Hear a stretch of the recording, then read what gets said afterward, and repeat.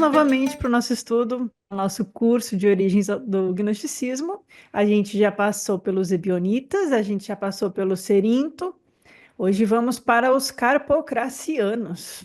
Nomezinho difícil que eu aposto que a maioria nunca ouviu falar. Eu também conhecia pouco deles, eu fui estudar, já tinha ouvido falar, já tinha lido no livro do Alberto, menções assim, mas agora que essa semana eu peguei para estudar, achei muito interessante o pouco que a gente tem deles, né? Para variar, foi muita coisa perdida. E a gente tem mais algumas menções e relatos. Então, o Carpócrates tem duas figuras muito próximas a ele, que é o filho dele e uma aluna ou discípula dele. O filho se chama Epifanes, que não é o Epifânio de Salamina, que depois vai escrever contra os gnósticos. É o Epifanes e a Marcelina. A Marcelina é uma das poucas mulheres mencionadas, junto com a Madalena, a Priscila, a Salomé e outras que depois aparecem nos grupos do Paulo e tal, Marta, né? Mas é uma das poucas mulheres que aparece como liderança de um grupo gnóstico. Então eu gerei uma imagem aí para botar eles e a gente tentar chegar pertinho aí da uma memória deles. Então, o Carpócrates, ele nasce no Egito, em Alexandria, por volta aí do ano 100. Então, a gente estava antes no século I DC, né? Ebionitas, Nazarenos, Cerinto, século I DC. Não passamos agora pelos grupos do Paulo, porque é outra confusão à parte, estamos focando nos grupos mais oficialmente gnósticos. Então, terminou o século I DC, começamos no ano 100, mais ou menos, porque é uma data aproximada, a gente tem a figura de Carpócrates no Egito. Nasce em Alexandria. E aqui eu peguei uma citação do livro do Alberto, esse que está aqui atrás de mim, do Tiago, Gnoses e Apocalipse de Tiago. É só uma citação para a gente ver. Ó. Opiniões similares a Gesserinto são atribuídas ao egípcio Carpócrates, para o qual Jesus foi um homem sábio e virtuoso. Então hoje a gente vai continuar vendo o que esses outros cristãos, que a gente não precisa chamar de gnósticos, a gente pode chamar de cristãos, eles eram cristãos, o que esses outros cristãos ensinavam sobre como eles enxergavam Jesus, como eles transmitiam um ensinamento cristão. E aí a gente começa a ficar mais claro ainda como é diferente do que ficou na igreja 300 anos depois. Então a gente está tendo aí contato com resquícios, fragmentos de Zulmide, né? Fragmentos de uma fé esquecida, resquícios de um cristianismo perdido, mas que existiu. Uma daquelas nossas confusões que a gente vai jogando aqui. Então, o que a gente já viu, né? A gente passou pelo. A gente começa com Jesus, aí vimos um pouco da carta do Tiago e a relação com os ebionitas, que tem aquelas práticas de ascetismo, que são chamados judeus cristãos, tem a relação com os nazarenos, um ramo essênio na Galileia, os essênios de Damasco, né, esses praticantes servos de Deus que tinham vidas ascetas, né, que eram vegetarianos, que eram contra sacrifícios e eram muito ligados à preservação de uma tradição judaica cristã que adota Jesus como um Messias, Jesus como o Cristo que veio e que acreditavam em Jesus como um homem que tinha mãe e pai e que ele, no momento do batismo, ele manifesta o poder crístico, né? Cada dia usa um adjetivo diferente, um verbo diferente para expressar essa ideia. Passamos pelo Cerinto, a relação com os apocalipses judaicos, que ele também tinha essas ideias, e a relação do Cerinto também que vai para o Egito. E aí a gente vai agora se aproximar do Carpócrates, esse círculo rosa maior aqui. Então a gente está indo em direção ao século II, início do século II DC, e o Carpócrates, por ter nascido em Alexandria, ele vai pegar justamente esse ambiente cristão ligado a Paulo, Marcos e Lucas, porque eles atuavam nos grupos de terapeutas e cristãos do Egito ali, do delta do Nilo, de Alexandria, aquelas regiões ali próximas, é onde tem cristãos gnósticos setianos também. A gente vai ter resquícios desses cristãos que vêm de ideias próximas a João também no Egito. Então, Carpócrates está ali, início do século II, com fortes presenças de grupos gnósticos cristãos, não fortes no sentido, não tem uma grande instituição, não é uma religião, são grupos, mas grupos que estão ali já estabelecidos, né?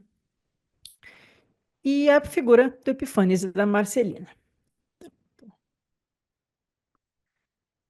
Bom, peguei uma passagem aqui do Apocalipse de Tiago, só para a gente ajudar a se situar novamente, e ver onde entram esses personagens aí ligados ao Carpócrates. Em um texto do Pseudo-Tertuliano, o trecho, o capítulo é sobre o Cerinto, mas o Alberto está citando o Carpócrates, só para a gente pôr em contexto junto com outros nomes importantes dos grupos gnósticos.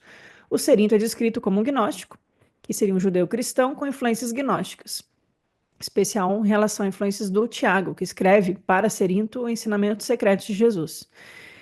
Ele é mencionado como ligado a uma lista de grupos heréticos, onde estão os setianos, os ofitas, Saturnilo, que é discípulo de Menander, a gente ainda não viu esse, e Carpócrates. Então é nesse grupo aí que a gente insere o Carpócrates. E aí ele cita o Irineu, que escreve no fim do século II, e o Irineu inclui o Cerinto, né, e o Carpócrates também, entre os heréticos que dizem que o universo não foi criado por Deus, mas por um demiurgo.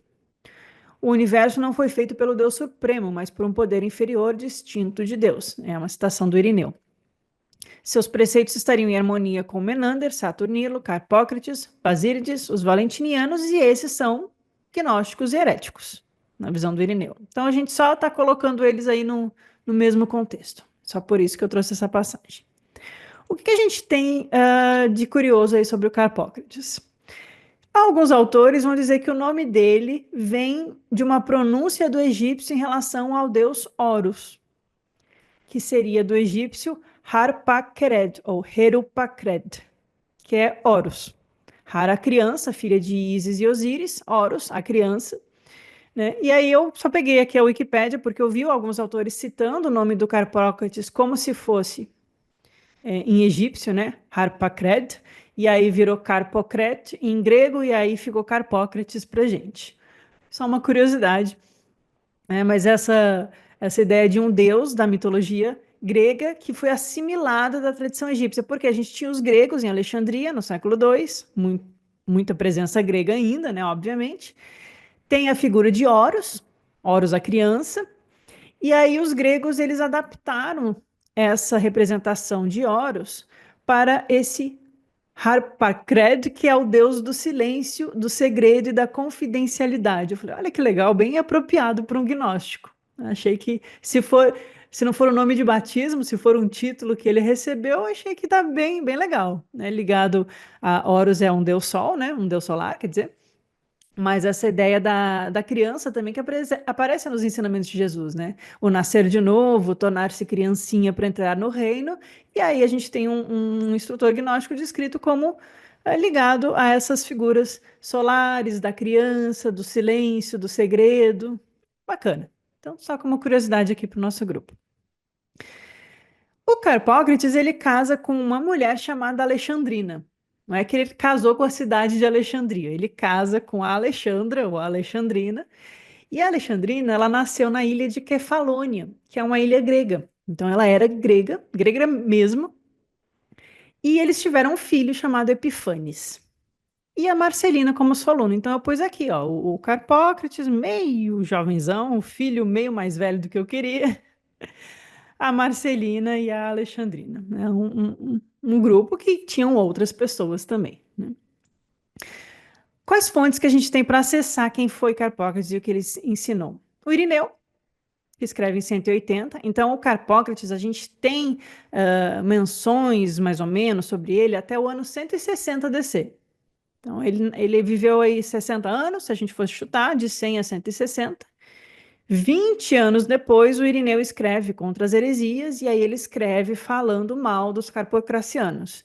Então, o que alguns autores vão comentar é que o Irineu está escrevendo baseado em boatos que ele ouviu.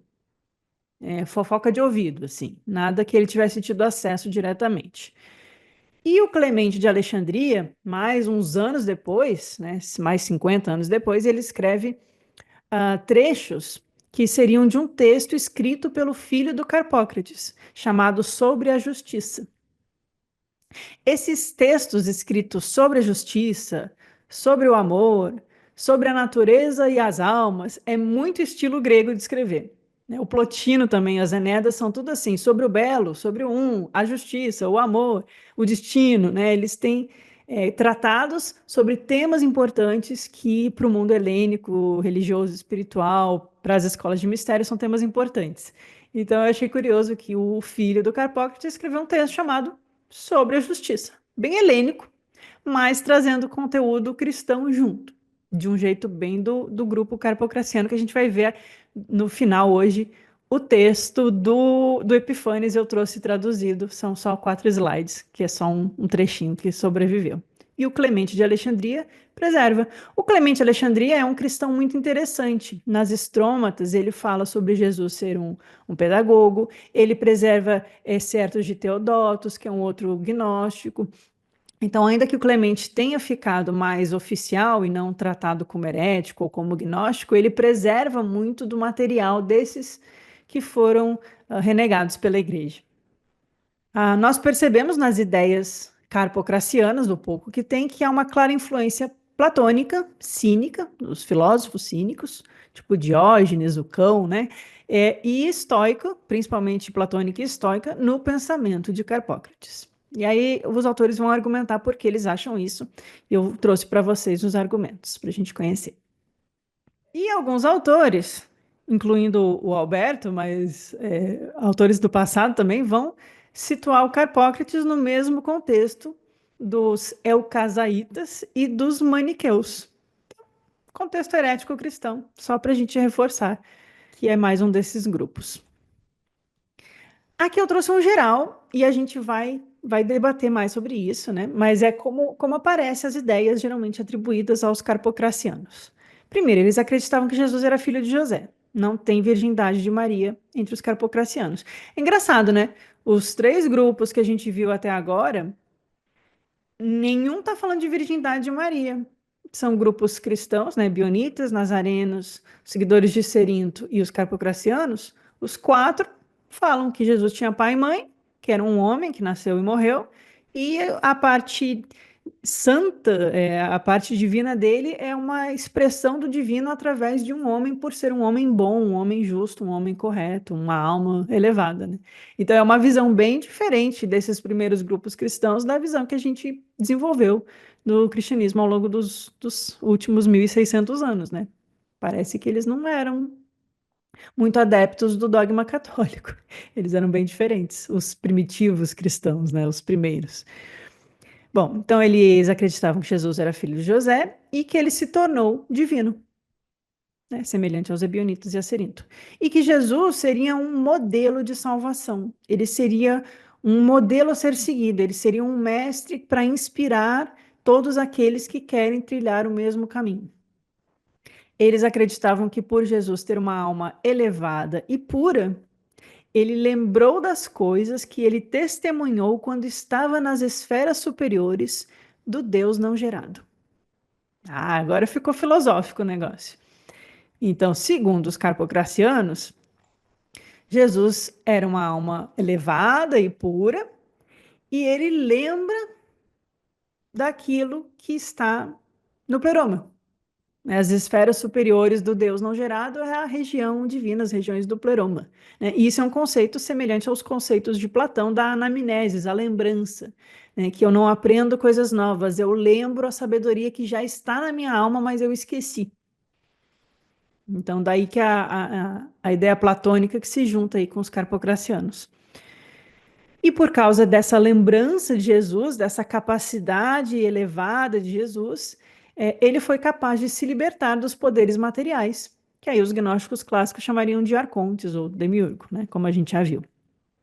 Os carpocracianos acreditavam que eles também poderiam transcender o reino material e, portanto, não estariam presos à lei mosaica, que se baseava nos poderes do mundo, e nem presos às moralidades do mundo, mas sim a uma ética superior.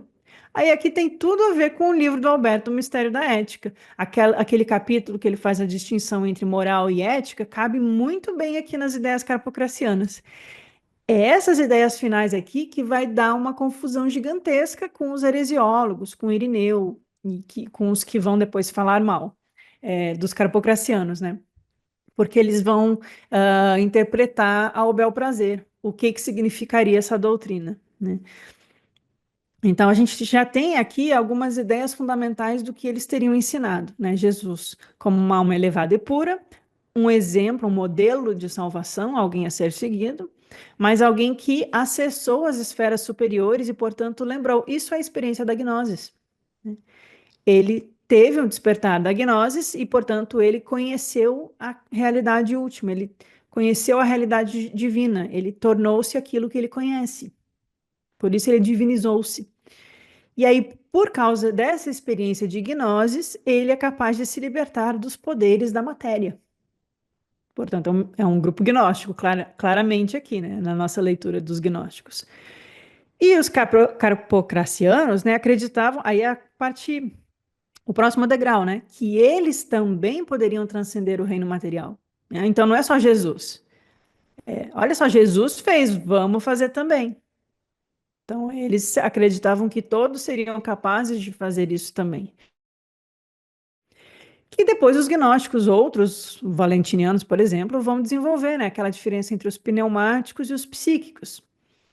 Porque os psíquicos eles vão ser associados aos religiosos, aqueles que precisam ali de uma obrigatoriedade de uma lei para cumprir, porque senão eles se desviam do caminho. Já os pneumáticos são aqueles que já são salvos, de certa forma, ou aqueles que já estão salvos, né? Então, não é que eles estão aquém da moral ou aquém da lei, eles estão além, né?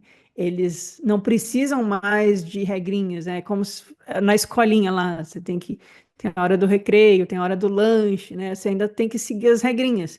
Já os que se despertam, que têm a alma elevada, que são pneumáticos, né? Eles já transcenderam essas regrinhas, eles já se formaram com júbilo, né? Então eles não precisam mais de alguém dizendo, agora é hora de comer, agora é hora de estudar. Então, nesse sentido, assim, tô brincando aqui, mas é que esse detalhe aqui dos carpocracianos é que vai dar uma grande confusão com o Irineu. Porque o que que o Irineu vai fazer? Ele vai ler e dizer assim: ah, eles acham que não tem que seguir a lei moral? Então é porque eles são os devassos, eles são os libertinos, eles são imorais. E isso vai ser um grande problema no ataque dos heresiólogos aos gnósticos, porque eles vão sair interpretando o que esses grupos cristãos gnósticos diziam da forma como eles querem, tirando da cabeça deles o que, que aquilo queria dizer, né? E chegando a conclusões que não tem nada a ver com o ensinamento desses grupos, né? Felizmente, a gente tem na Nag os outros textos para ver que naquilo não tem nada do que o Irineu falou que teria. O Irineu ou outros, né? Então, eu trouxe alguns exemplos aqui mais à frente, porque vocês vão encontrar leituras sobre os carpocracianos dizendo isso, que eles eram contra regras, contra leis, contra a moral e que, portanto, eles eram tipo, pode tudo, no mau sentido. Mas a ideia dos carpocracianos era justamente que, uma vez você atingido as esferas superiores, você está sendo conduzido por uma ética superior. Você não precisa mais da regra rígida. E aí eles vão questionar as regras do mundo também como regras presas às moralidades do mundo material, né? E aí que vai ter uma questão de choque de cultura, né? Como quando a gente questiona uma regra moral do nosso tempo, que nem sempre é uma atitude ética. Daí que eu acho muito legal no livro do Alberto os capítulos que ele diferencia moral de ética, porque vai justamente ao encontro dessa ideia de um logos em nós, de uma força divina na nossa consciência que realmente conduz a alma. Conduz a uma ação tão reta e tão ética que você não é mais dependente de um conjunto de regras de catálogo, assim, né? Então, os carpocracianos, eles vão sofrer um pouco esse tipo de debate e vão ser muito mal retratados por causa dessas ideias. Claro que vocês podem discordar, né? Mas existem já discussões sobre isso, de que alguns vão levar para um lado muito olha como os gnósticos eram gostavam da libertinagem, e na verdade os carpocracianos estão dizendo nós somos livres para escolher a nossa própria consciência. Isso não quer dizer que nós estamos fazendo coisas erradas no mundo ou fazendo mal aos outros, né? Mas isso está muito preso ao julgamento moral da época que eles viveram também, né? E isso a gente também tem que questionar porque a gente está fazendo uma leitura do século XXI para um grupo do século II. Os seguidores de Carpócrates, aqui as palavras do Irineu, acreditavam que para deixar esse mundo, a alma imortal aprisionada deve. Nossa, digitei tudo errado. Deve passar por todas as condições possíveis de vida para evitar novos renascimentos. O Irineu afirmou que eles praticavam várias artes mágicas e eram libertinos. E possuíam um retrato de Cristo. São três informações, né, para a gente resumir eles. Então, eles teriam em mãos uma pintura, teriam feito um retrato de Cristo, né, ou de Jesus, na verdade, e eles colocavam esse retrato junto às imagens de Platão e Pitágoras. Aí o Retrato pessoal da de igreja não Cristo é gostou. bom, né? Retrato de, Retrato de retrato Cristo. de Cristo é bom, eu Eu queria. copiei as passagens do Irineu aqui.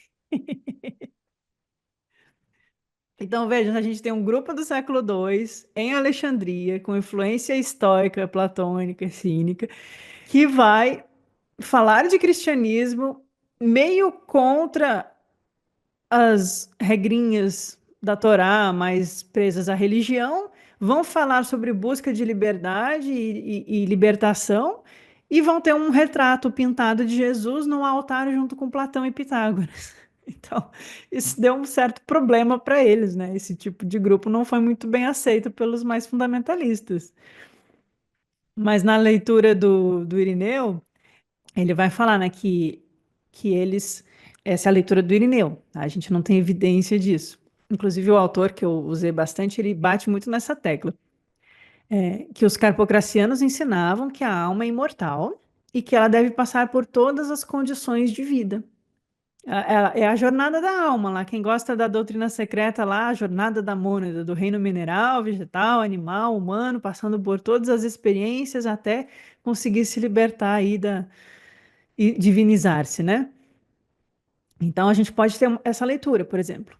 Uma alma que precisa passar por diversos nascimentos, viver a experiência da vida, né? Aí eles estão explicando o porquê, então, a Sofia. Eles não falam de Sofia e Demiurgo, tá? Os carpocracianos, pelo menos no que sobrou deles. Então a gente não sabe.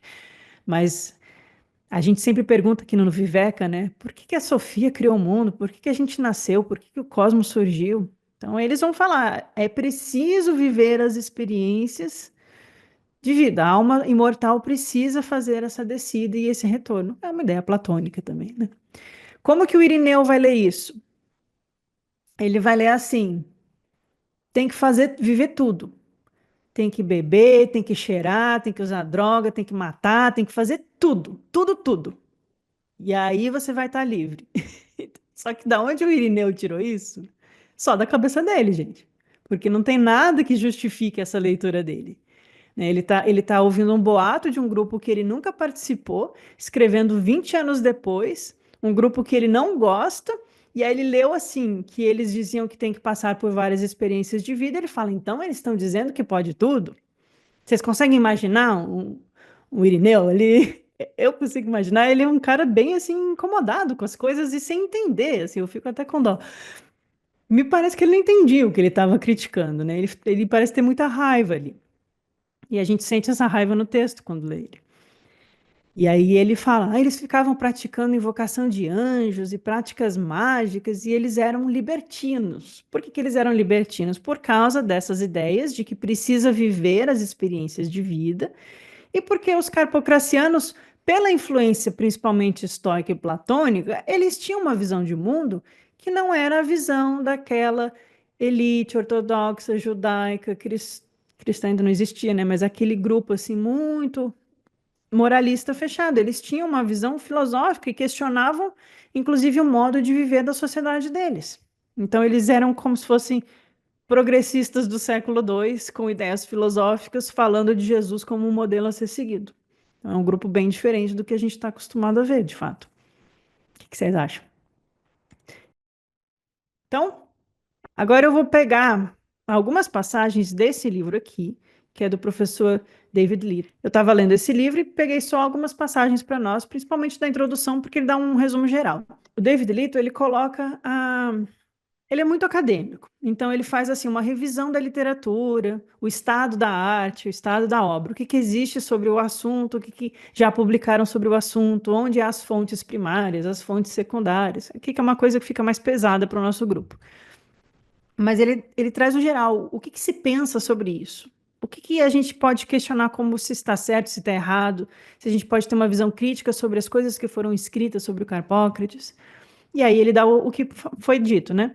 Então, quem foi Carpócrates, diz o David Little? A maioria dos primeiros escritores cristãos o descreveu como fundador de um culto licencioso, né, libertino, um mágico e um praticante de ritos pagãos.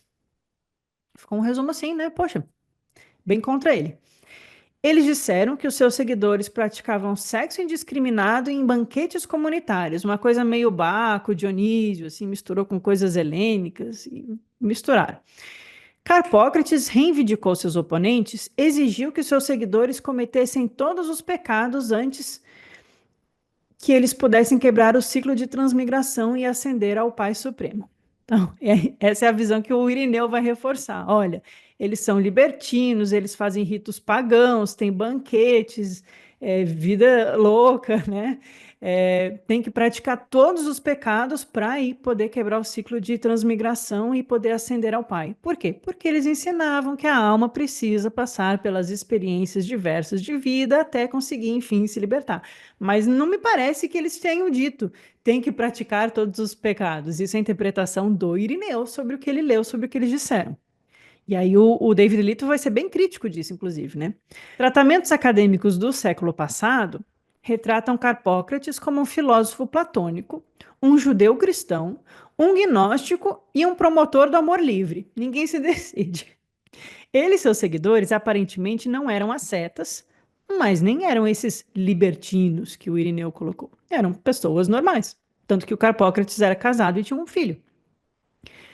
Embora o Carpócrates provavelmente tivesse negado praticado magia, que era um crime sob a lei romana, ele e seus seguidores podem muito bem.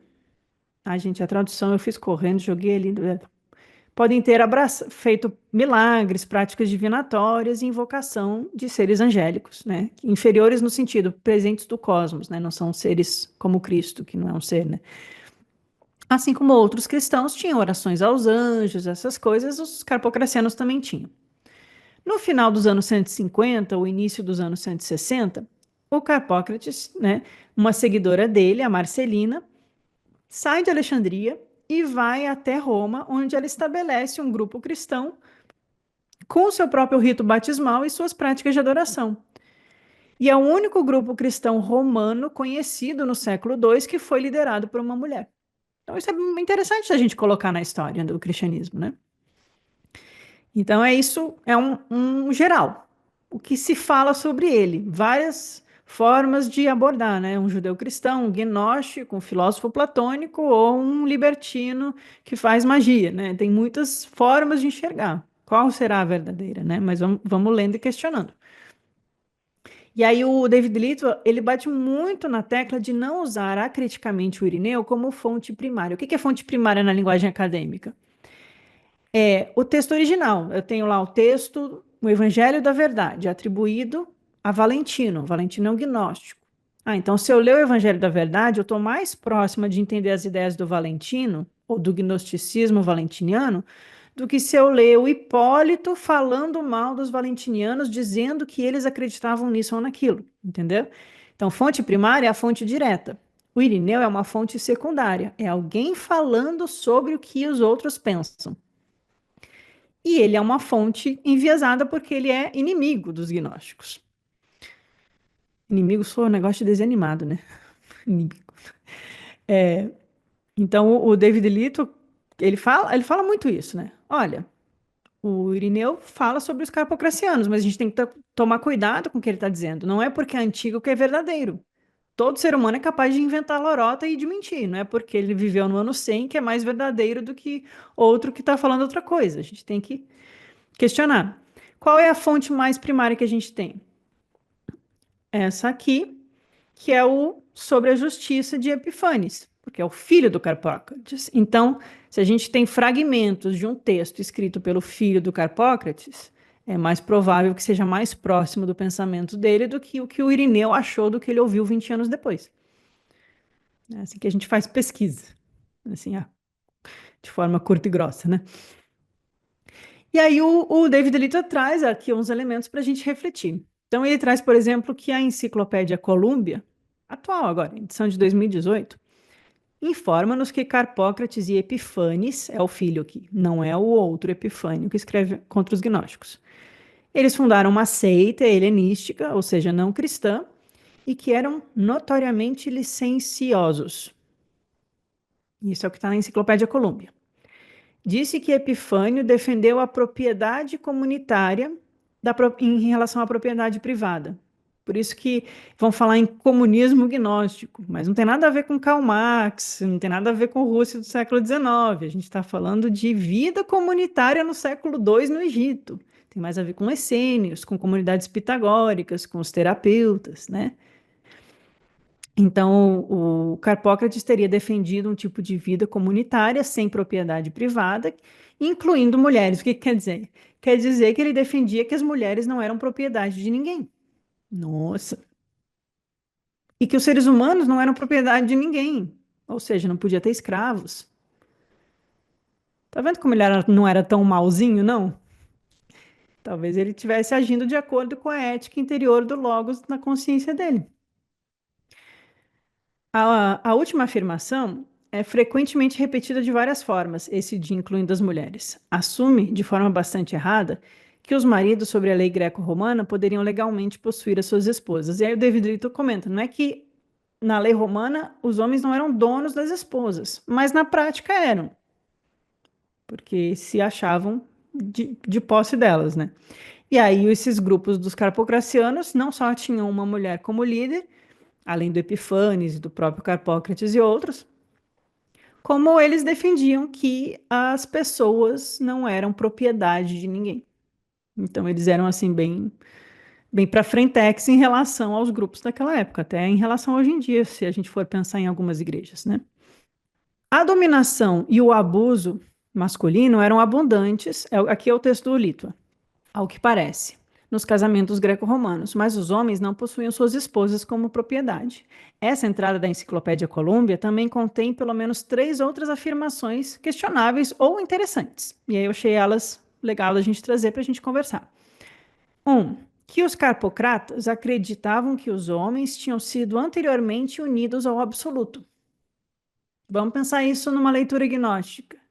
O Adão celestial, o Adão antes da queda, a humanidade primordial, a nossa união com a totalidade, o um que se faz múltiplo. Então, aqui tem filosofia, aqui tem a visão setiana do Adão celestial. Então, me parece ok. Ele está dizendo todos os homens são, ou toda a humanidade é unida ao absoluto. Todos estão unidos em suas almas pré-existentes. E aí, quando as almas se tornam existentes, elas caem no ciclo de renascimentos. Parece doutrina oriental, mas a gente está falando dos carpocracianos em Alexandria no século II. Porque eles eram reencarnacionistas, né? Do ponto 2. Os carpocracianos acreditavam que seriam salvos desprezando a criação. E aqui é o problema de tradução. O que é desprezar a criação? É se desapegar da relação com o mundo material? É renunciar às paixões do mundo e à conquista de fama, mulheres, dinheiro no mundo e buscar aquilo que pertence ao divino? A gente pode fazer uma leitura do que é esse desprezar e se libertar, né? E que Jesus era apenas um dos vários homens que alcançaram a libertação. Era o que os carpocracianos ensinavam. Claro que isso numa agenda de dizer que Jesus é o único Deus e é o único que salva, e todo mundo que não seguia essa única igreja que colocou ele como o único Deus, se tem um grupo que se diz cristão e fala, não, Jesus é um exemplo de salvação, é um exemplo de mestre, é um exemplo a ser seguido, ele é um daqueles que alcançaram, e nós também podemos alcançar. Fica bem diferente, concorda? Então, é o que os carpocracianos diziam. E aí, seguindo, né, o Irineu disse que os carpocratas se esforçavam para desprezar as coisas daqui. Os ebionitas, os seguidores dos Cerintos, os essênios, os pitagóricos, todos tinham práticas ascéticas de desapego, de desprendimento, de perceber as ilusões do mundo. Então, os carpocracianos também estão nessa mesma onda, né? Tem semelhança. No entanto, essas coisas não abrangem necessariamente toda a criação. E, finalmente, retratar Jesus como apenas um dos vários sábios redimidos faz parecer que ele não tinha um significado primordial para os carpocracianos. Aqui é o Lito, o David Lito, o autor do livro, criticando a nota da Columbia, aqui, da Enciclopédia Columbia. Porque eles, na opinião do Lito, a enciclopédia colocou assim: eles tratam Jesus como mais um dos a ser seguidos. Na verdade, eles tinham Jesus em alta conta, eles tinham um altar para Jesus, uma imagem de Jesus, né? Eles tinham Jesus em alta conta, mas era a visão deles sobre Jesus. Jesus foi o sábio supremo e modelo para a salvação, na visão dos carpocracianos. Esse é o argumento do autor desse livro aqui. Eu concordo. Aqui eu trouxe só alguns parágrafos, porque o autor aqui ele desenvolve páginas e páginas sobre cada uma das visões que foram apresentadas sobre o Carpócrates ao longo dos estudos acadêmicos nos últimos séculos. Mas algumas visões eu achei interessante da gente conhecer, então eu resumi em um parágrafo apenas cada uma.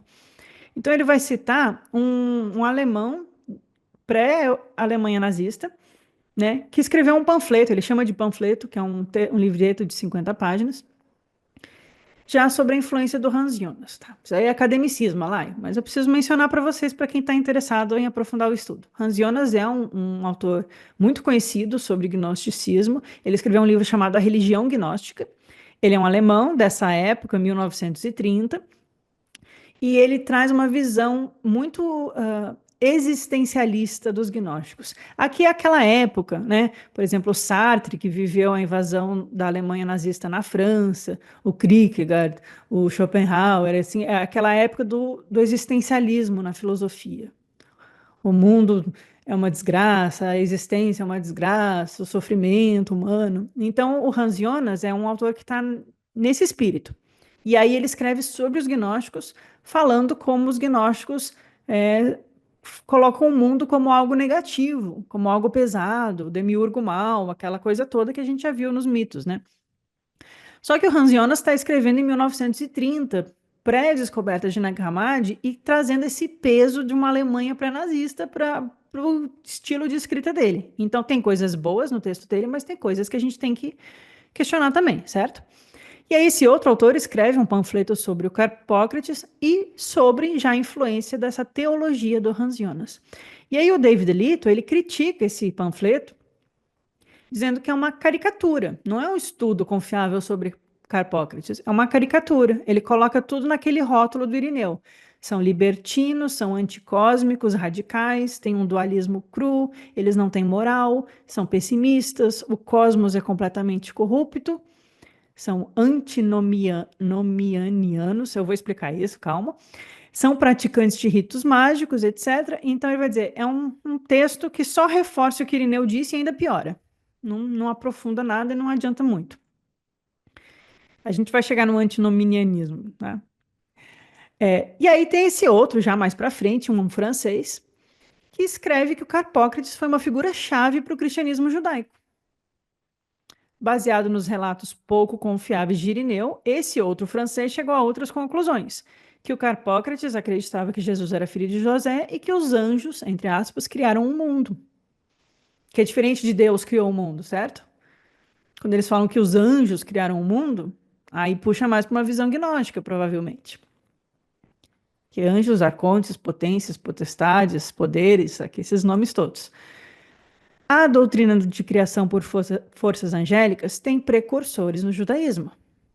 A humanidade de Jesus é ensinada pelos ebionitas, que são judeus cristãos. E o Danielot também afirmou que a doutrina de ascensão da alma por esferas angélicas era uma ideia cristã judaica e que o Carpócrates teria ensinado isso, uma doutrina de ascensão da alma por esferas angélicas. Quem ensinou isso também foi o Paulo. Quem ensinou isso também foram alguns textos gnósticos. As esferas, os eons, os sete céus, a ascensão da alma por etapas até chegar à transcendência. Mesmo a doutrina de reencarnação dos carpocracianos, apesar de origem pitagórica, esse autor francês afirma que tem base no comentário a João escrito por Orígenes. Orígenes é um cristão, discípulo de Amônio Sacas, colega do neoplatônico Plotino, que escreve um comentário a João, onde ele fala da imortalidade da alma, da pré-existência das almas. O Danielot afirma que a doutrina de Carpócrates tem base, então, num judaísmo heterodoxo. Aí é que está a chave. A gente não está falando de um judaísmo ortodoxo que deu origem ao cristianismo ortodoxo. A gente está, novamente, desde o começo, na heterodoxia. A gente está nos essênios, a gente está nos místicos, a gente está nos cabalistas, nos nazarenos, e aí vai. Serinto, ebionitas, eucasaitas e carpocracianos em Alexandria. São tudo visões espirituais que associam com filosofia, com mística, com esoterismo, com cabalá. Não é aquela visão da religião ortodoxa, fechada, tradicional, com seus ditames morais, né, ali. O que não quer dizer que eles sejam imorais. Isso é o que falaram sobre eles, né? Eles só tinham uma visão diferente, na minha opinião. Que mais? Vamos lá. O Gerson Scholem é um ótimo autor, gosto de vários livros dele. Mas o David Leito falou, ele não comenta sobre o Carpócrates, não foi atrás e só repete o tradicional. Então, só estou contando para vocês. Ele comenta pouco, só repete o Irineu e também parece se basear no Hans Jonas. Então, o que o Lito está dizendo é que quando a gente está lendo sobre esses assuntos ligados a cristianismo, origem do cristianismo, o que Jesus ensinou, os grupos gnósticos, às vezes a gente lê vários autores falando a mesma coisa. Mas não é porque isso é consenso, é porque todos estão repetindo uma única fonte. Porque só tem uma fonte para falar daquilo e todos estão repetindo sem criticar, sem questionar. Então eles só repetem e aí parece que tem um consenso. Se a gente quer se aproximar do que foi dito por Jesus, a gente tem que criticar até mesmo as nossas fontes, né? Então o Gerson Scholem comenta que o Carpócrates, em sua doutrina gnóstica, de imoralidade, então, a imoralidade bateu aqui. Somos confrontados com uma rejeição total das normas tradicionais de conduta, com um exagerado sentimento de liberdade. Um niilismo moral que revela a crise de um mundo em transição. O Hans Jonas, por esse existencialismo exacerbado, ele fala muito da crise do mundo, o mundo em crise, a crise da humanidade, aquela coisa existencialista, né? E aí o autor desse livrinho de capinha verde, o David Lito, fala: as afirmações de Jonas não podem ser consideradas confiáveis frente às descobertas que hoje temos acesso, porque ele falava uma coisa e a gente lê outra, nas fontes primárias, né, dos gnósticos. Então é só para vocês verem que, mesmo autores muito bons, o Gerson Scholem é especialista em judaísmo, escreve sobre gnose judaica, tem textos bons. Quando vai falar dos gnósticos, ele só repetiu o que está sendo dito e ficou nesse papo de, mas mostra pra gente o que estava sendo pensado a respeito deles, concordam, né? Eles questionam as normas de conduta tradicionais, eles trazem um sentimento de liberdade, talvez uma busca por libertação, com mais consciência, perceber os grilhões do mundo, os mecanismos que regem o mundo governado por esses arcontes que os gnósticos chamam. Então, talvez tenha um fundo de verdade no que está ali. A interpretação é que vai variar.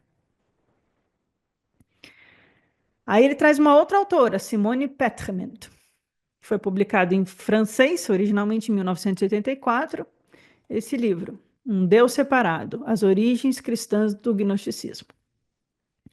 Ela também dá muito. O Lito está fazendo a revisão da literatura, né? Estou cansando vocês com a revisão, mas é bom para a gente aprender.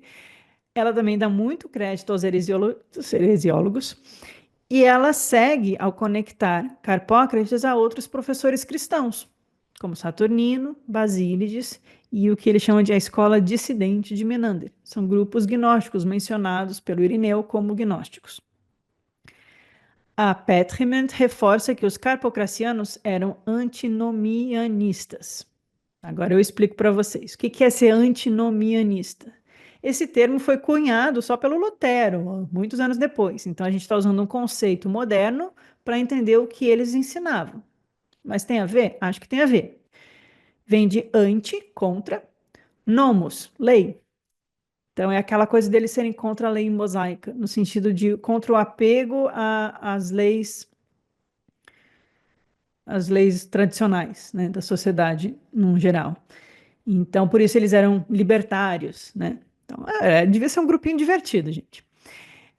E é definido como uma declaração que, sob a dispensação do Evangelho da Graça, para o Lutero isso, a lei moral é de nenhum uso ou obrigação, porque somente a fé é necessária para a salvação. E aí os gnósticos vão dizer, a gnose é necessária para a salvação.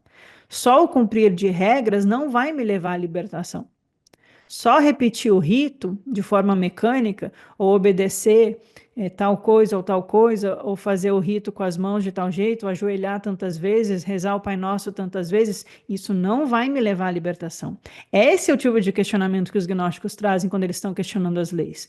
Você ser circuncidado ou não, não te torna mais espiritual. Se o seu coração não tem o espírito latente brotando em você, né?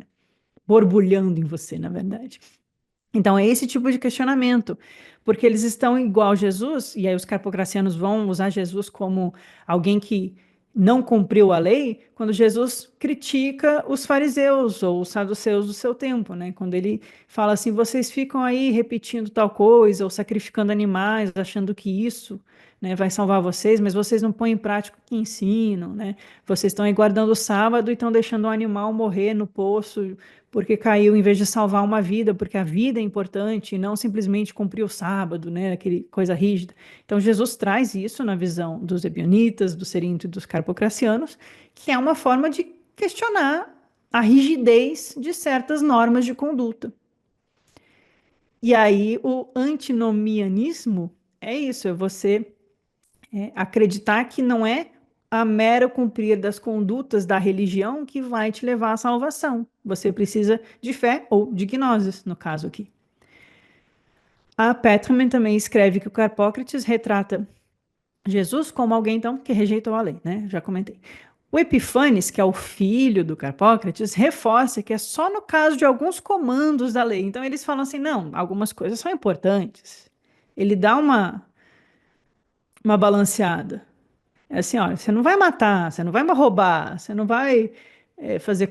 Mas tem coisa que a gente tem que usar o nosso senso crítico, questionar, inclusive. Então, os gnósticos, em muitos grupos gnósticos, eles acabam sendo chatos para quem quer manter o modus operandi, a A, normose, o status quo ali. a regra pela regra. Sim, a É, compreensão do significado daquela regra. sem a prática do espírito junto, né? Então, pelo menos eu tenho chegado assim quando eu leio. Segundo ela, essa autora, os carpocracianos acreditavam na salvação pelo conhecimento e por isso eram gnósticos. Então, ok. Ela afirma que Carpócrates é muito mais platônico e pitagórico que Basílides. Não sei qual é o argumento dela, mas eu achei uma frase interessante para a gente pensar. E aponta os paralelos. O que, que tem de pitagórico e platônico, né? Eu sei que a maioria dentre nós não cursou filosofia como eu, não teve aula de filosofia na escola, nem sempre leu, né? Platão, Pitágoras. A gente teve aqui no canal Viveca, lá naquele curso As Origens da Alma, que tem uma playlist específica, tem duas aulas sobre Platão, tem duas aulas sobre Pitágoras e o pitagorismo. Quem gostar, até sugiro que vá lá depois. Mas quais são os temas do platonismo e do pitagorismo que ela identifica no pensamento de Carpócrates? Então vamos ver. A transmigração da alma, o corpo como uma prisão, a pré-existência da alma, a alma como imortal.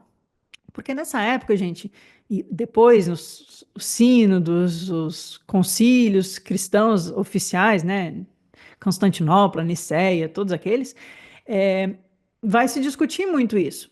A alma já existia ou a alma surge com o nascimento? Existe reencarnação ou não existe reencarnação? Né? Então, aqui a gente está vendo grupos ligados a visões de cristianismo que ensinavam transmigração da alma ou da imortalidade da alma. Não tinha definido que o cristianismo não acredita em reencarnação, por exemplo. Aqui a gente tem grupos cristãos que ensinavam isso. Então, são coisas que vão sendo discutidas. Inclusive, tem os dogmas se Jesus é pré-existente, ou se Jesus nasce como Jesus e se torna Deus, e aí a Trindade, se ele é o Pai ou se ele está junto com o Pai. Nossa, é umas discussões teológicas. Mas é isso, tem elementos, né, que ligam as ideias dos carpocracianos com a filosofia platônica e pitagórica. E também essa ideia da necessidade da alma passar por experiências. E ela vê uma conexão disso com a República de Platão, porque aí fala dos vários grupos humanos, os que trabalham como os guardiões, os que trabalham nas lavouras, na cerâmica, os que são da filosofia, os que são os reis, e aí cada alma vai ser encaminhada de acordo com as suas qualidades, né? A República é um prato cheio para polêmicas por si só, mas tem essas ideias, né? E ela coloca que para os carpocracianos, ela tenta resumir alguma ideia que ela tirou deles, que as almas fazem más escolhas de vida para si, pois se esquecem das consequências de uma vida dedicada à busca desenfreada por prazer e por poder. Então, quando a gente esquece das consequências de uma vida dedicada ao nosso ego, aos nossos vícios, a gente acaba fazendo más escolhas nas próximas vidas, porque a gente foi mergulhado no esquecimento. Mas que as almas que purificaram a si mesmas em vidas anteriores aprendem a ter vidas decentes e pacíficas. Segundo ela, assim como Basílides, Carpócrates transformou o cristianismo em uma filosofia. Então, é disso que se aproxima o cristianismo dos carpocracianos. Ele vai em direção a esse tipo de filosofia.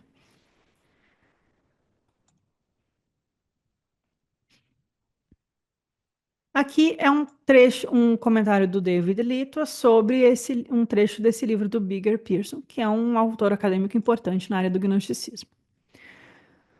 O Pearson, segundo Littwa, mostra um engajamento crítico ao questionar os relatos heresiológicos, partindo do testemunho de Clemente de Alexandria sobre o Epifânio, o filho do Carpócrates.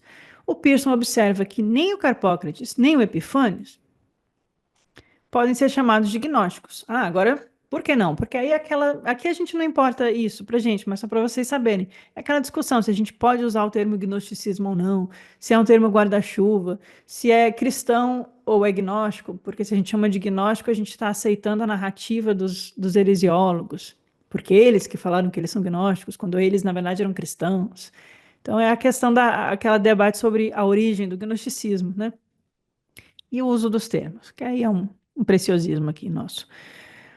Mas por que eles não podem ser chamados de gnósticos? Porque, na visão aqui dele, eles não estão falando de Eldabaoth, não estão falando de Sofia, não estão falando de Eons, não estão falando de Arcontes. Eles estão mais próximos dessa visão cristã, judaizante e filosófica, de um Jesus homem, de um Jesus que se iluminou, de um Jesus que ensinou um exemplo, e a questão aí misturada com platonismo e filosofia.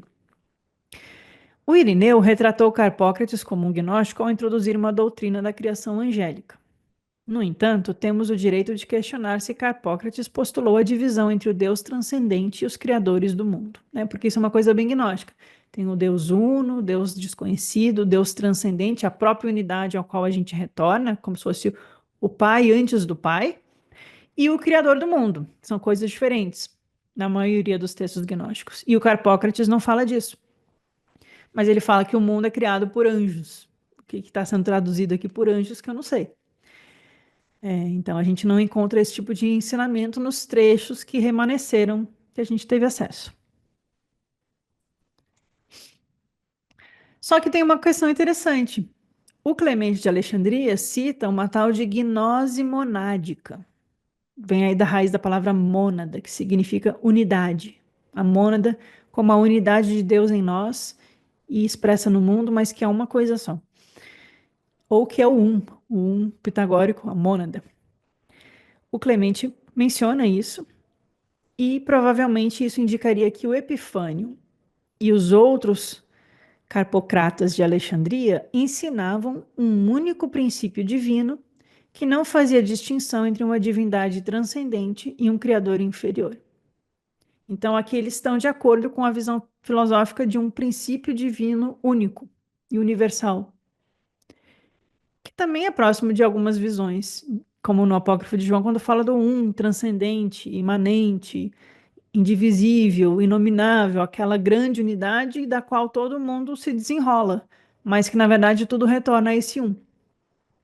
Então, como os carpócratas estão próximo dessas ideias filosóficas do platonismo e do pitagorismo, é bem provável que eles estivessem expressando esse tipo de gnose monádica que o Clemente de Alexandria menciona. Interessante, né? Bom, esses são só umas manchetes que eu trouxe sobre os carpocracianos. E aí eu vou trazer o trechinho do Fragmentos do Epifanes.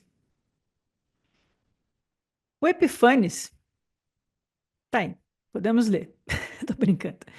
Mas o Epifanes, ele é um filho do Carpócrates, né? Mas ele morreu muito cedo. Tem algumas histórias interessantes antes da gente entrar no texto sobre ele. Disse que ele era um jovem prodigioso. E ele escreveu esse texto com 17 anos de idade. E ele morreu muito cedo, com 18 anos, morreu jovem mesmo, não chegou à vida adulta, mas era um filósofo por natureza. E aí diz que quando ele morreu, o Carpócrates seguiu vivendo e seguiu ensinando, e que o Carpócrates e a Alexandrina, que é a mãe, voltaram para a ilha de Kefalônia, lá na Grécia, e continuaram a viver lá, e enterraram o filho lá. E no local onde eles colocaram o filho, eles criaram um altar e um templo onde havia um grupo de estudos, uma biblioteca e práticas, e virou um centro de adoração ao Epifanes. Virou uma coisa assim estranha até, assim. Mas é curioso, porque tem um relato sobre isso, que ele teria sido divinizado. Então a gente tem aqui salvo nas Estrômatas, na passagem 3.2 do Estrômatas do Clemente de Alexandria, a gente tem esse pequeno trecho sobre a justiça atribuída ao filho do Carpócrates. Então começa assim: a justiça de Deus é uma certa comunhão unida à igualdade. O céu, certamente, está igualmente espalhado por todos os lados e abrange a terra num círculo. Além disso, a noite manifesta igualmente todas as estrelas. Deus derramou o sol de cima sobre a terra igualmente como causa do dia e pai da luz para todos que podem ver. E todos veem em comum, já que ele, Deus, não discrimina uma pessoa rica de um pobre, um cidadão de um governante, e o tolo de os sábios, mulheres, homens, pessoas livres e escravos. Nem mesmo no caso de animais não racionais, alguma coisa contra este ponto. Dá para entender a ideia, né? Eu vou para o próximo e a gente pode comentar. Ele, Deus, né? Aqui é Theos que está no texto, dá para ver ali no grego. Derramou igualmente o sol do alto, como é comum a todos os animais. Ele confirma sua justiça para as pessoas boas e más. Ninguém é capaz de ter mais ou privar o próximo para que tenham o dobro de luz do outro. Então a luz se espalha igualmente para todos. O sol traz alimento comum para todos os animais, uma vez que uma justiça comum é igualmente concedida a todos. O mesmo se aplica às espécies de vacas e às vacas, e outras espécies, e às espécies de porcos, às espécies de ovelhas e todas as a descansar. Isso ocorre porque a comunidade se manifesta como justiça entre eles. Aqui a gente tem alguma ideia do que a gente ouviu falar que os carpocracianos defendiam uma vida igualitária, comunitária e justa para todos, né? Por isso que eles ficaram assim. Porque, veja, aqui é um menino escrevendo de 17 anos, não sei que alminha é essa, mas ele escreveu muito jovem. Mas é interessante, né? Tá escrevendo tão bonito. Então, ele está falando sobre a justiça. A justiça de Deus tem a ver com a comunhão e a igualdade. E aí ele vai. Parece um grego escrevendo, né? Ele é filho de grego, um mundo helênico, mas é um cristão também. Então ele fala como o sol se derrama para todos E aí é uma ideia que a gente vê que os autores falam que são ideias dos carpocracianos. Eles defendiam, que aí o pessoal depois vai chamar de o comunismo gnóstico, né? Que é por isso que eu falo para vocês, cuidado, ter uma visão crítica quando lê as coisas. Eles defendiam que nós não somos donos de nada, certo? Nem de mulheres, nem de escravos e de nada, que a gente nasce pelado, morre pelado. A gente não leva nada desse mundo. Então, os carpogracianos, eles tinham essa visão assim, quase romântica da vida, de que nada nos pertence nesse mundo, que nós não podemos ser donos de uma terra, que a gente não é dono da árvore, a gente não é dono do rio, a gente não é dono dos animais. A gente não é dono nem do cachorro, agora é tutor que fala. Mas, enfim, eles tinham essa ideia de comunhão com o mundo, pelo que me parece, no que eu li nos textos. E agora aqui a gente vê, né? Que o sol brilha para todos e que Deus não discrimina as pessoas ricas das pobres e homens das mulheres e livres de escravos, né? Todos têm o direito ao sol da vida, todos têm o direito a ter uma vida digna, né? Agora é a minha leitura é século XXI, mas me parece que é isso quando eles estão argumentando sobre como o Carpócrates ensinava. E aí ele fala que eles eram comunistas, por quê? Porque eles queriam partilhar. Mas não é o que Jesus fazia, ele não partilhava o pão, ele não partilhava o ensinamento, ele não acolhia as pessoas, né? Então, a vida comunitária, né, dos essênios, pitagóricos, terapeutas, que você não se apega às suas posses, você não se apega aos objetos materiais, você não se apega até à sua identidade, às suas ideias, aos seus pensamentos. Você percebe que você é um com o todo, que você pré-existe, aqui é aquela ideia carpocraciana, que a humanidade pré-existia no repouso do Deus não gerado, e aí ela passa a existir como almas depois. Mas nós pré-existimos como unidade. A gente que se separa, mas a gente tem que retornar a essa união. Então eu achei muito bonito, né, como ele coloca. Deus derrama o sol sobre todos, e aí é que entra a questão da justiça. Só que aí veja aqui, ó, não tem nada de libertinismo aqui. Ele fala a justiça para as pessoas boas e a justiça para as pessoas más. Mas isso é de acordo com a consciência e com as atitudes de cada um. Não porque tem uma lei me proibindo ou dizendo que eu vou ser preso se eu fizer ou não fizer, ou vou ser condenado pelo meu grupo, envergonhado pelo grupo, se eu fizer isso ou aquilo, porque isso é moral, não é ética.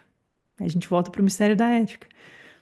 Parece que era a tônica do Carpócrates, era essa.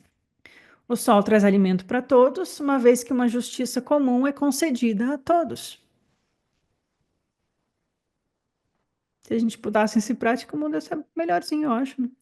Eu acho. Então, alguém quer comentar essa passagem? Desculpa. São só mais três, aí a gente acaba o texto. Então, tá. Então, com base na comunidade, né? Eles tinham vida comunitária, todos são semeados de acordo com as espécies. Comum o alimento surge do solo para todo o gado que pasta e para todos igualmente. Não é controlado por qualquer lei. Não tem uma lei para as vacas, que você só pode comer daquela grama naquele quadrante ali. Se você pegar da grama do outro lado, você vai estar sujeito a sanções. O pasto é para todos. Basicamente é isso que ele está dizendo. Vai mugir e ruminar quem quer. Não é controlado por qualquer lei. Pelo contrário, está harmoniosamente presente para todos através da abundância do doador e comandante por meio da justiça. Aqui é o Deus é bom, gente. É o Deus deu sol, deu água, deu comida. Nós que estamos entrando em guerra e causando destruição do mundo, né? Então, isso aqui destoa daquela ideia do gnosticismo clássico, como a gente aprendeu, né? Nem havia uma lei escrita para questões de reprodução, pois seria copiada. Os animais semeiam e se reproduzem com igualdade, tendo comunidade inato nas mãos da justiça. Bom, aqui é aquela ideia que são atribuídas aos carpocracianos de que você não tem posse nem da sua esposa. Eles, por isso que ficou radical, né? Para o fundamentalista ficou radical, porque eles diziam que Homens e mulheres eram livres aos olhos de Deus e eles deviam, de comum acordo, decidir com quem iriam estar ou não. Parece uma ideia simples para muitos de nós aqui, mas no século II, em grupos judaicos ali, né, é bem compreensível como incomodou, né? Então, nossa, a gente está lendo aqui com olhares de, progressistas e tal. Eles estavam defendendo o que eles achavam que era certo. Só isso. Não precisa politizar isso, é só compreender que eles achavam assim. E aí as mulheres não eram posse, os homens também não eram posse. Eles tinham que estar de comum acordo. Eles não dependiam de uma regra para dizer como eles têm que viver. Eles podiam, a partir da sua própria consciência, agir pelo bem do outro com justiça e com retidão, e pronto, né? A todos em comum. O Criador e Pai de todos concedeu igualmente o olhar para ver, legislando com a justiça ao seu lado. Ele não diferenciou mulheres do masculino, racional do irracional, em suma, qualquer coisa de qualquer coisa, do outro, não sei. Em De vez qualquer disso, outra coisa. de qualquer outra coisa, é a tradução aqui, tá? Em vez disso, com igualdade e comunalidade. Ele distribuiu a capacidade de ver. Da mesma maneira, e com um comando, ele concedeu a todos. Por isso que os carpocracianos foram chamados do grupo do amor livre, mas eles queriam realmente amar a todos, amar ao próximo, tudo bem, não tem nada de feio nisso.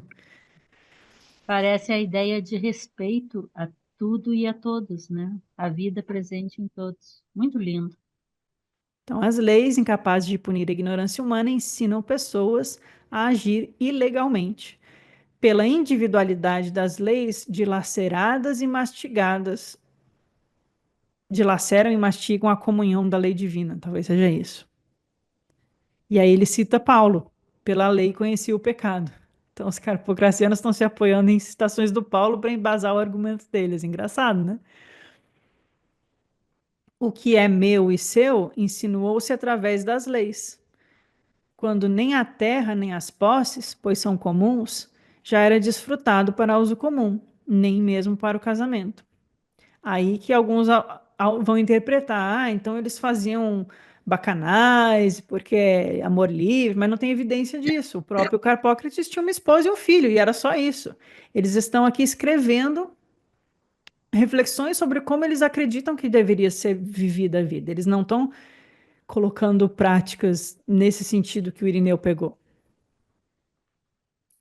Porque ele, Deus, fez videiras para todos em comum, vinhas que não são negadas nem ao pardal, nem ao ladrão, junto com o trigo e outros produtos colhidos. Quando a comunalidade foi legislada contra, juntamente com as outras questões de igualdade, produziu o roubo de animais e a colheita dos produtos. Deu para entender ou ficou muito confuso? Google Tradutor aqui. No parágrafo anterior, aquilo ali ficou me mastigando, mas é só um problema de tradução no passado. O português é Hum, muito difícil, as conjugações, né? Mas olha que ideia bonita. Pela individualidade, por individualizar as leis, dilaceraram e mastigaram a comunhão da lei divina. O que a comunhão da lei divina expressava foi dilacerada por essa forma de impor e adotar tais leis. exatamente. E aí Muito bonito. os carpocracianos e outros gnósticos vão ser acusados pelos heresiólogos de serem imorais, né, nesse sentido, porque eles criticavam esse uso das regras e das leis. E aí, o que a gente percebe, na verdade, é que eles estão dizendo, porque eu lembro do Irineu falar isso, falar assim, eles acham que já tem salvação garantida, então eles são livres para fazer o que quiserem. E aí os grupos do século XIX pegam isso e fazem o que quiserem, né? Mas eles acham que pode qualquer coisa, porque eles se acham a elite espiritual do mundo e já estão com a salvação garantida. Isso é o que o Irineu interpretou. Mas o que eles estão dizendo? Uma vez que você atinge a gnoses, você é guiado por um espírito de luz na sua consciência crística que você não precisa de uma lei te dizendo que você não pode roubar ou não pode matar. Você não vai roubar e você não vai matar. A lei é desnecessária para você porque você já transcendeu a maldade. Não porque você está livre e agora pode fazer qualquer bobagem no mundo. Essa é a grande questão. E por que que isso é enfatizado pelos carpocracianos? Isso tem na República de Platão. Então já é uma discussão que vem antes, que Jesus provavelmente traz da forma dele, claro, mas como a gente vê que os carpocracianos são muito ligados à filosofia, certamente eles estão bebendo aqui de Platão, gente. Na República, Platão diz que quanto pior é uma cidade, pior, não melhor, mais tribunais de justiça ela tem, mais leis ela tem. Quer dizer que os seus cidadãos são incapazes de conter a si mesmos nos seus impulsos de vício. Quer dizer que tem muita gente cruel, violenta, mentirosa, roubando, matando, etc. E aí você precisa de mais juízes, mais tribunais e mais prisões. Platão também vai dizer que quanto pior uma cidade, mais hospitais ela tem, porque tem mais gente doente. Então, quando os carpocracianos estão dizendo que a gente não devia precisar das leis, não é porque eles querem praticar atos de iniquidade ou de maldade, é porque eles incentivam a gente a buscar a nossa ética interior. Para mim é fácil não roubar, para mim é fácil não plagiar o trabalho de alguém, não plagiar o vídeo de alguém, porque eu acho isso errado, é contra a minha natureza fazer isso. Mas para muitas pessoas isso nem passa na cabeça delas, elas saem copiando e quem for mais esperto que se dá melhor e tira mais grana com isso. É assim que o mundo funciona. E aí, infelizmente, a gente precisa das leis. Então é isso que eu acho que os carpocracianos estão dizendo. Que não é que eles são livres para fazer qualquer bobagem, como o Irineu achou. É porque eles transcenderam a necessidade da lei, porque eles estão em contato com o espiritual. Eles seguiram o exemplo de Jesus, uma alma elevada, justa, pura e que cristificou-se. Logo, aquele que busca isso, ele está acima da lei. Não porque ele é melhor que os outros e aí pode fazer o que quer, mas porque ele faz o bem pelo bem. Não porque ele vai ser punido, não porque Deus vai punir e mandar para o inferno, por isso e por aquilo. Então é assim que eu estou vendo os carpocracianos aqui. O que vocês acham? Um herético é alguém que escolhe, por princípio, as suas ações. E aí me passou um exemplo pela cabeça. Alguém pensaria em aplicar leis para controlar Jesus? Jesus precisaria de leis para controlá-lo? Ah, dependendo do ponto de vista, sim, a gente sabe que sim, tanto que o fizeram. É esse o sentido. Ele foi acusado e pagou. Foi justo? Foi certo? É isso que os carpocracianos estão dizendo. Não é porque está na lei de um povo que seja necessariamente certo. Só que, para uma visão assim, tão filosófica e tão diferente, para aquele povo, para aquela sociedade que precisa funcionar, aos olhos da maioria, isso parece uma heresia, né? Parece Uhum. algo muito ruim nesse sentido. Mas será que era ruim de fato? Então, quando a gente vai ler sobre os carpocracianos, vai aparecer muito essa visão, né? Que é a visão que alguns promulgaram, de que eles eram radicais, que eles faziam orgias, que eles matavam, que eles faziam o que quiser, porque se eles estavam acima das leis, então, porque eles já estavam salvos, então eles podiam fazer o que quiser. E se eles ensinavam que a alma precisa passar por experiências no mundo para então encontrar a sua divinização, aí quem vai interpretar que experiências são essas fica a cargo de quem está lendo, né? E aí o Irineu fez assim, nossa, agora é o prato cheio para eu dizer que eles faziam do pior. Porque se é para fazer tudo, então eu vou botar eles fazendo tudo mesmo. E eu sei que é chato eu ficar falando isso aqui, mas é porque aparece nos conteúdos sobre o gnosticismo esse tipo de leitura até hoje. Até hoje vocês vão encontrar pastores e padres dizendo que o que o Irineu escreveu, ou outros, pode ser outro, não precisa ser o Irineu, é assim, a verdade escrita na pedra. Se a opinião dele é porque é verdade. E quem disse? Por que a gente não pode ver o outro lado, né? E é isso que a gente faz aqui. Questionar, ver o outro lado, ler a fonte, ir na fonte primária. Porque eles vão falar coisas horríveis, gente. horríveis do tipo, pior fake news que vocês já viram na vida de vocês, assim. Aquele assim, olha, eu quero que alguém odeie um grupo. O que que a gente faz quando eu quero que alguém odeie um grupo?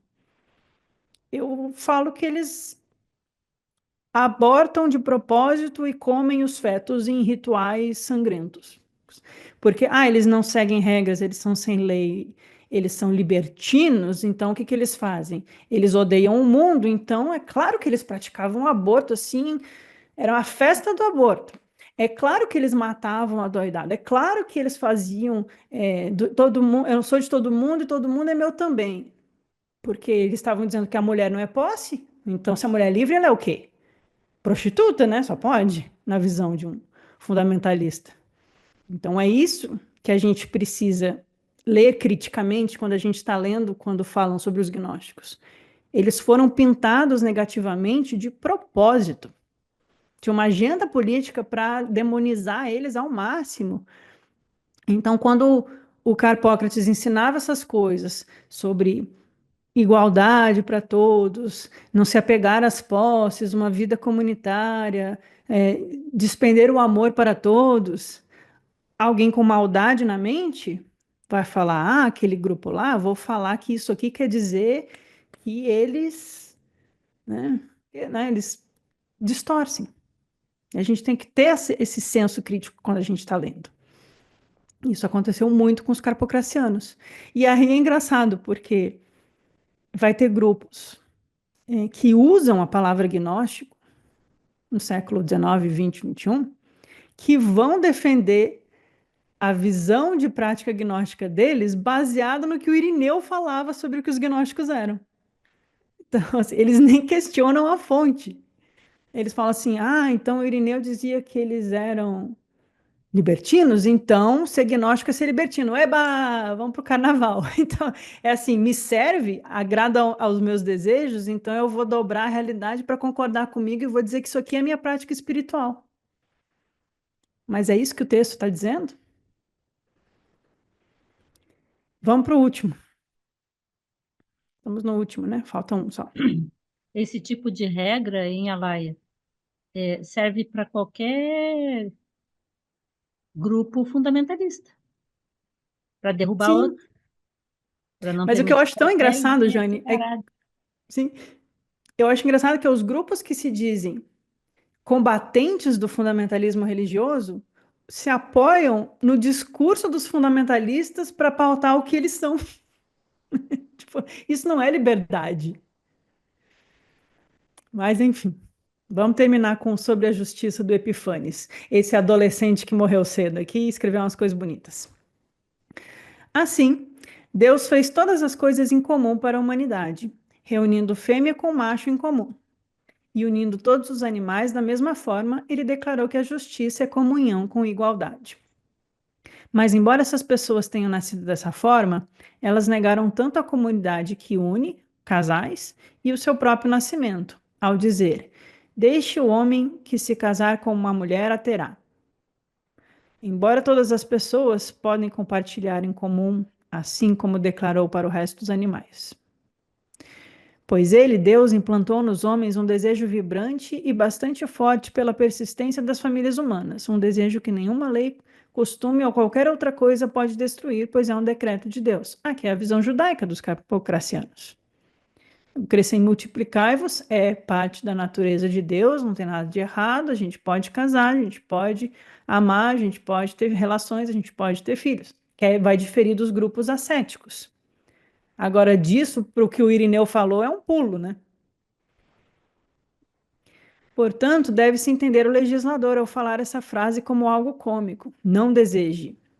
E aí, no sentido de reprimir, né? Não pode, não deseje, não viva. Que é um nível de controle, coerção, né? É ainda mais cômico dizer ser propriedade do próximo. Ele está citando o É, Êxodo aqui. é. Para aquele mesmo Deus que deu o desejo de sustentar a reprodução, ordena que ela fosse removida, embora ele não o removeu de nenhum animal. Nós somos animais também, né? E por sua frase, a esposa do seu vizinho, ele força o que é comum a se tornar privado. e fala o que é ainda mais cômico. E aí termina assim o fragmento do Clemente. Na verdade, um jovem carpocraciano defendendo a liberdade de viver. Me parece isso. Muito bonito. Agora, questionando costumes e normas e morais de uma época, a gente percebe como isso muda ao longo dos séculos. E aí a gente tem que escolher pela nossa consciência, pela nossa busca de sabedoria, o que que condiz, o que que não condiz, o que que a gente vai pôr em prática, o que que a gente não vai pôr em prática, tendo liberdade de agir de acordo com nossa consciência, certo? E aí eu trouxe alguns exemplos aqui na questão da sexualidade mesmo, porque se enfatizou muito isso com os carpocracianos, né, esse tal do amor livre, né, que eles pregavam. A gente vê como a gente tem exemplos próximos de nós de como uma ideia que hoje a gente acha natural já foi considerada imoral. Ou até hoje, dependendo do povo, da cultura, é considerada imoral. Como, por exemplo, o divórcio. Né? Você morria se você ousasse se divorciar, dependendo da igreja, do país e do século que você estava. Mas aposto que muitos aqui são divorciados. Não acho que ninguém é pecador por causa disso. Fez uma escolha, mudou de ideia, não deu certo. A gente não tem várias encarnações? Que eu não posso trocar de casamento. Eu troco até de corpo. Mas, enfim, aí veio o Henrique VIII e falou: não, eu quero me divorciar. Aí ele usou para o mal, né? Porque ele teve um monte de esposa e maltratou todas elas. Era um. Mas, enfim, o divórcio. Hoje em dia, até o Papa. Então, ele falou: não, ninguém vai deixar de ser amado por Deus porque se separou. Então, ele tinha essa visão também, o Papa Francisco. Mas outras coisas. Então, eu trouxe. Peço desculpas a vocês, mas é para a gente refletir aqui. Eu não estou impondo na minha visão para vocês, longe disso, tá? É só para conversar mesmo. Eu peguei uns panfletos de 100 anos atrás. Uhum. Já ouviram falar nesse? Eu vou focar no quadrinho aqui da direita, esses vários, que tem uma pessoa com cara de doente. Esse aqui era um panfleto distribuído em 1850, bem depois dos carpocracianos. Ele dizia que a maior causa de morte entre jovens era a masturbação. Que você se masturbar causa perda muscular, você cospe sangue, você fica doente, falta ar e você pode morrer. Então fizeram campanhas contra isso. Hoje em dia muita gente fala, ok, normal, fisiológico, sexualidade humana e tal. Mas o pessoal fazia campanha. Então imagina os carpocracianos falando alguma coisa lá no século II. A humanidade muda, os costumes mudam, a moral muda. O que não deve mudar é a nossa ética. Aqui na esquerda eram, né, Esse aí tá bom. as sufragetes. Isso aqui foi do século XIX também. E aí vão falar, ela está falando de feminismo. Não, eu estou falando sobre os costumes morais de uma época. É só isso. Mas, ó, eu quero votar, mas a minha mulher não deixa. Eu tenho que ficar aqui lavando roupa e cuidando do bebê. Eu, um homem, né? A gente vê como os papéis, também dependendo da sociedade, da época, variam na interpretação. E aí você pega os carpocracianos falando que homens e mulheres são iguais no século II. É claro que isso ia complicar para eles. Então, imoral ou libertino, sobre qual perspectiva? Será que se nós pegássemos uma máquina do tempo e fôssemos para Alexandria no século II, nós não seríamos considerados imorais, libertinos, e a gente não ia para a fogueira na Idade Média se a gente fosse exatamente como a gente é hoje? Então a gente também tem que questionar isso quando a gente está lendo um texto antigo ou alguém falando de algum grupo, né? Porque às vezes são apenas valores de um moralismo vazio daquela época. E nem sempre a gente concorda com aqueles valores e a gente está comprando a ideia do cara, né? Esse aqui é que as mulheres não podiam usar calça. Mulher de calça vai presa na rua, no século XIX, isso, né? E esse aqui é a representação do último estágio de uma exaustão mental e física pela autopoluição e o onanismo. Tipo, a pessoa está morrendo. Quem falou em divórcio? É um homem apanhando uma mulher. Mas um homem batendo na mulher podia naquela época. E a gente vê como a moral é questionável e a moral muda. Então, Eu eu não acho vejo que está tão isso diferente hoje. não tá? Mas é uma lição que eu acho que a gente pode tirar dos carpocracianos, perceber que eles estão simplesmente defendendo um modo de vida ético. Eles não estão praticando grandes aberrações como o Irineu quis pintar eles só estão pensando diferente do Irineu. Até hoje, em alguns países da África, a gente tem mutilação genital feminina em crianças, com lâminas enferrujadas e sem anestesia. Não que com anestesia justificasse, porque eu acho errado igual. Por quê? Porque são sociedades onde a mulher não tem o direito de sentir nenhum prazer. Elas são costuradas, às vezes sofrendo infecção urinária, porque são fechadas na agulha e cortadas para nunca sentirem nada de bom durante uma relação sexual. Isso é considerado moral nessa sociedade que pratica isso. É moral? Eu não acho. Essa aqui é na Indonésia, foi agora na Covid. Ela recebeu 100 chibatadas e o namorado dela recebeu 15 porque eles praticaram sexo antes do casamento. E até hoje a gente tem centenas de mulheres sendo mortas porque resolveram terminar o relacionamento. Então, essas questões morais que os carpocracianos estão discutindo e o Irineu está querendo demonizar eles, continuam até hoje sendo problema. Então, a gente tem eles ouvindo a Marcelina fundar uma escola em Roma de cristianismo no século II. O que que os homens, né, eu não odeio homem, eu acho que os homens e as mulheres têm igual valor, mas o que que eles acharam no século II? Uma mulher falando sobre Jesus. Alguns não gostaram. E aí o que que faz? Fala que é prostituta, fala que eles são abortistas, fala que eles comem criancinhas, falam que eles praticam devassidão, porque assim ninguém vai querer se aproximar deles. É propaganda política religiosa contra os carpocracianos ou contra outros, porque o Epifânio vai fazer muito isso. O Epifânio do século IV, não o filho do Carpócrates. Então é isso. Desculpa o final assim, mas eu acho que esse tipo de questionamento a gente tem que fazer quando a gente lê esse tipo de texto, porque a gente está entrando no terreno da religião e de uma religião que tem uma figura de autoridade dentro da Igreja Católica questionando a moral de um outro grupo que está defendendo a liberdade, que está defendendo a ética, que está defendendo o transcender a necessidade de regras na sociedade porque faz o bem pelo bem e não pelo benefício. Bom, é isso que a gente tem para hoje sobre os carpocracianos. Tem pouco material sobre eles, mas tinha esse fragmento aí do Epifânio, Epifanes, para não confundir com o Epifânio de Salamina, que era um carinha não muito legal. Eu vou dar uma olhada na Marcelina, porque eu fiquei curiosa para ver se ela ensinou alguma coisa. Falar um pouquinho dela. Depois a gente vai para o Marcion.